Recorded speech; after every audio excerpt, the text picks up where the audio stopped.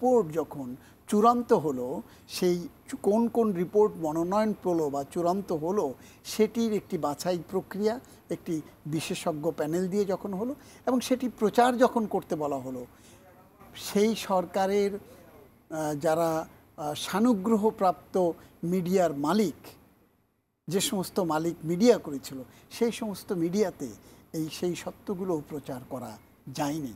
সেই প্রেক্ষাপটে বলবো যে এবার সারা দেশে বিশেষ করে অন্তর্বর্তীকালীন সরকার দায়িত্ব নেবার পর ওই স্লোগানে হয়তো যায় নাই যে ধর্ম যার যার উৎসব সবার, সেই স্লোগানে হয়তো যায় নাই, কিন্তু কাজটি তারা করেছে।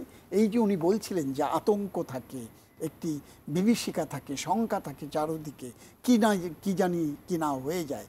তো সেই দিক থেকে ওনাদের উষ্মা প্রকাশ করেছেন আগেভাগেই, এবং সরকার তার যে প্রতিশ্রুতি, সরকার যে তার প্রচেষ্টা, সেটি কিন্তু দেখিয়েছে এবং তার সুফল মিলেছে আমার যতটুকু মনে হয়। কারণ এবার দেখবেন যে বিগত সরকারের সময় যে পরিমাণ পূজা হতো পূজা মণ্ডপে বা মন্দিরে, এবার কিন্তু তার চেয়ে 1894টি মণ্ডপ এবং মন্দিরে বেশি পূজা হয়েছে।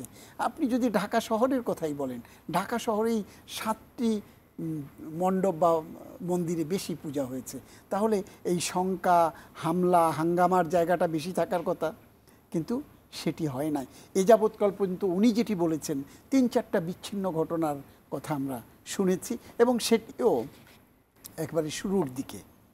শেষের দিকে পূজার যে মূল উৎসব যখন থেকে শুরু হয়, তখন আর এরকম কোনো হামলা মামলা আশঙ্কার কথা আমরা পাইনি।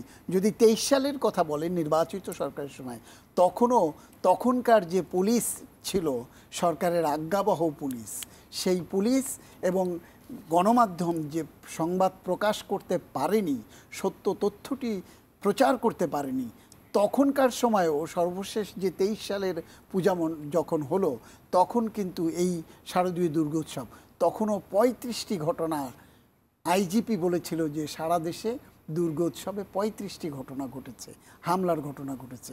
তো আমি বলবো যে সেই তুলনায় অন্তর্বর্তীকালীন সরকার যথেষ্ট আপনার আইনশৃঙ্খলা পরিস্থিতি নিয়ন্ত্রণে রাখতে পেরেছে, এবং ধর্মীয় যারা আমাদের এখানে সনাতন ধর্মের যারা এই উৎসব পালন করেন, তাদেরকে সব রকম সহযোগিতা দিয়েছে বলে আমি মনে করি। এবং উনি যেটি বললেন যে ওনারা সন্তুষ্ট, তো এটি একটি সাফল্য।